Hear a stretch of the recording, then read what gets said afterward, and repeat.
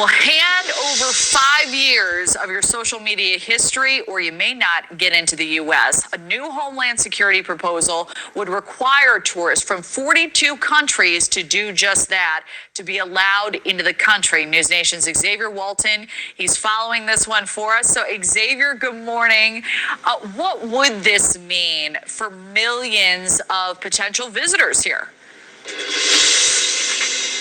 Kelly, good morning. Yeah, well, what it would mean potentially is you're going to have to make sure you're checking what you post on social media, essentially. But this is just a proposal. I want to be very clear. This is a proposal from Customs and Border Protection. It is not final, but what it does is it does show, just how far the Trump administration is willing to go when it comes to immigration enforcement, but also screening before you get into the country. Now, if approved, foreign tourists would have to hand over 5 years of social media activity, plus telephone numbers, a decade of email addresses, IP addresses, and metadata from submitted photos as well. Now, CBP says this would, quote, comply with the January 2025 executive order protecting the U.S. from foreign terrorists and national security threats. An immigration attorney told us social media has become a standard tool for screening visitors, and that officials are looking for red flags, not necessarily random personal posts.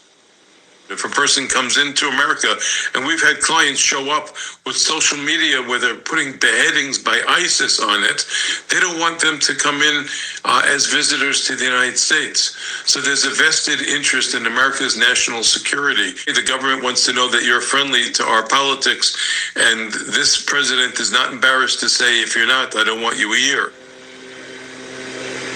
So there's now a 60-day public comment period. Then CBP will decide whether to adopt the rule. And Kelly, while this move is a bit surprising to some, it is certainly not shocking. It is consistent with the broader shift that we've sort of been seeing all year long. The Trump administration expanding, how social media is used in immigration decisions when letting people into the country.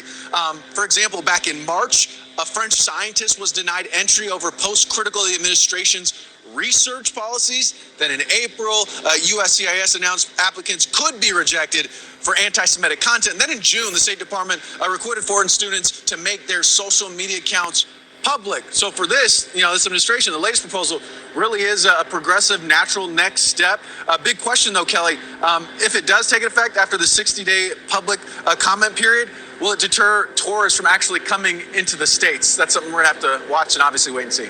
Yeah, we will see. It is in line with the trends you outlined. All right, Xavier, thank you.